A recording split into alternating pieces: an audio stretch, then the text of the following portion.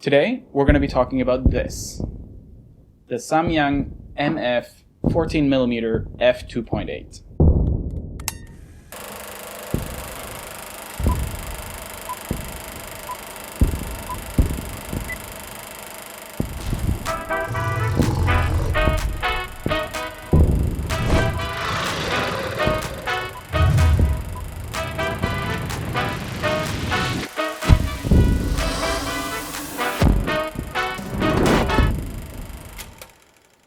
First off, this is not a scientific review.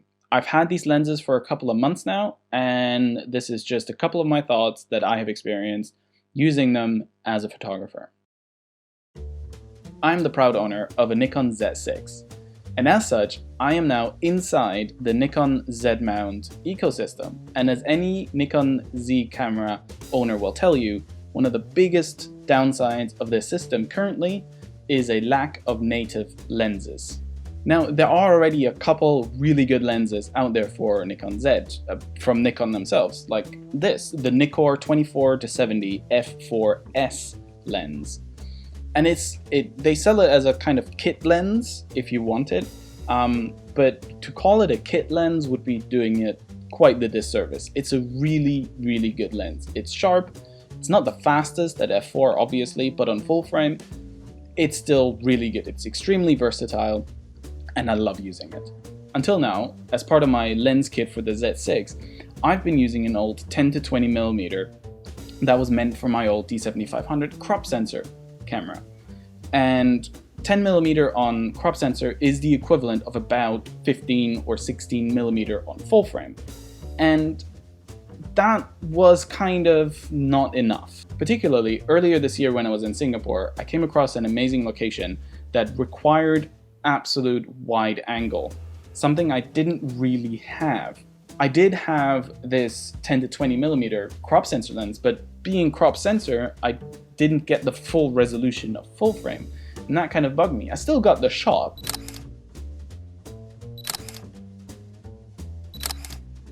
but I wish it would have been just a tiny bit wider and just higher resolution. And that's where this baby comes in. So let's talk about the Samyang 14mm f2.8. Should have looked up how heavy it is. I don't know the exact weights of these two lenses, probably should have looked that up beforehand, but you can tell that this one, the Samyang, is quite significantly heavier.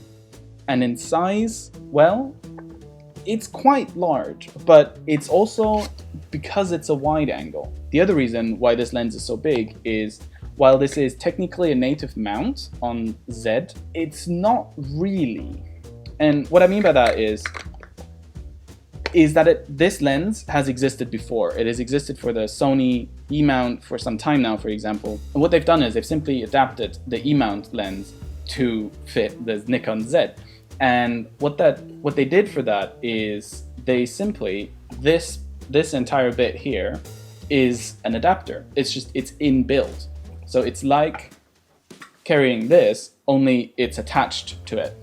It's fine. It's a bit cumbersome as it takes up a lot of space in my camera bag because it has to go in horizontally rather than vertically, but I make do.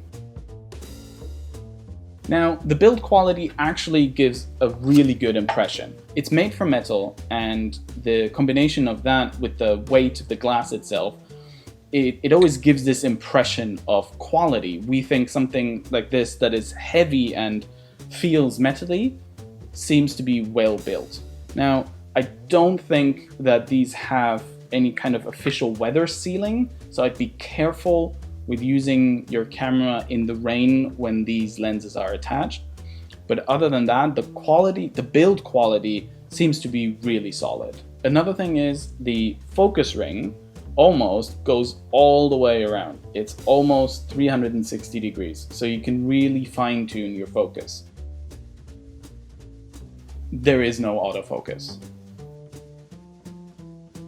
Now, while this lens is technically f2.8, which should give you some nice bokeh, the fact that it's 14mm wide means that you're never really going to get a lot of bokeh. And let's be honest, you're not buying this lens for bokeh. This is a wide angle lens. If you really end up shooting at f2.8, likelihood that you're shooting the sky, the night sky for some astrophotography is pretty high. There's also no image stabilization. At f2.8, this lens is not the sharpest. All right, it's built to a price, and you can kind of tell. But if you're using this in the real world as a photographer, like I said, you will likely not be using it at f2.8.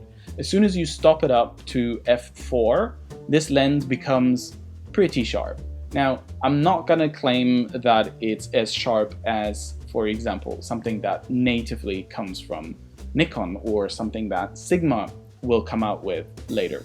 But it's pretty good. It's, considering its price, it really does get the job done. And let's be honest, you don't buy Samyang lenses because you're expecting the highest quality. But for the price that you end up paying for this, you are getting quite a sharp lens.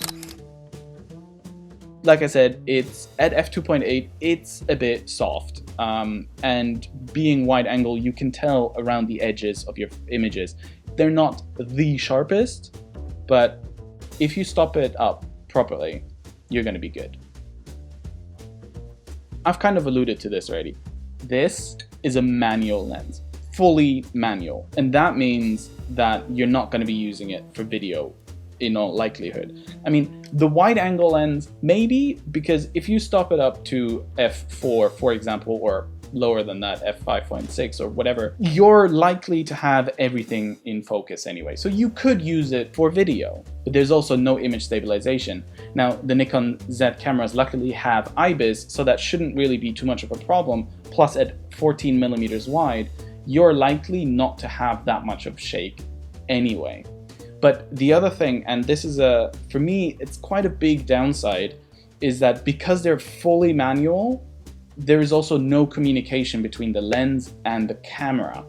And that means there's no metadata on what aperture you're shooting at, or focal length for that matter. But let's be honest, you're gonna know when you're shooting at 14 millimeter. So that's not really the problem. But for me, it's quite annoying that I'm not able to tell afterwards, after the fact, when I'm in Lightroom editing my images, at what f-stop I was shooting a particular image. However, them being completely manual, you also get this aperture ring, and it's nice and clicky.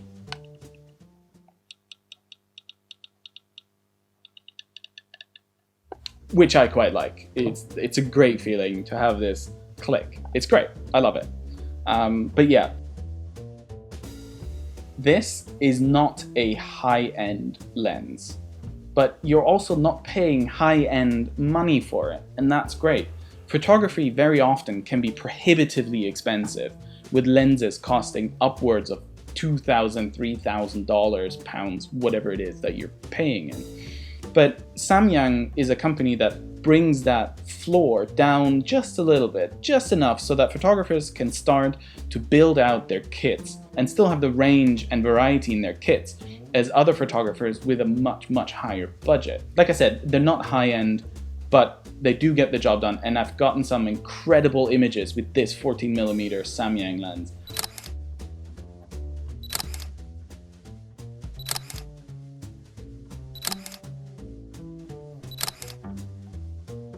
And to date, I've taken one of my all-time favorite images with that lens. Would I recommend you buying this lens? Well, that kind of depends. What do you need it for? Are you looking for video? Are you a vlogger? Something wide to always have you in the shot? It's probably not that, because it has absolutely no autofocus and no automated modes whatsoever. It could work, like I've explained, as long as you use it at f4 or lower. I don't know if the Z cameras are the best vlogging cameras anyway. But if you're a photographer that's on a bit of a budget, this lens is fantastic. It's very affordable, and it really, really does get the job done. I know I've said this a couple of times now, but it really does. Now, I'm currently shooting on 50mm right now. just to show you what 14mm looks like on this particular setup, I'm going to switch to the 14mm now. It's pretty damn wide. I hope I'm in focus. I really do hope you enjoyed this video and found it somewhat informative or helped you in a decision-making process in some kind of capacity. I have, in addition to the 14mm, the 85 1.4, that will be coming out shortly. Spoiler alert, it's a very similar review. If you have any questions about the 14mm, leave them down in the comments and I will answer them for you. If you are curious about more images taken with the Samyang 14mm, I have linked my Instagram down below in the description. I label all of my photos with my settings. All of them show what focal length they're shot at, what aperture, what shutter speed, etc. So it's very easy to identify which photo was taken with which lens. See ya!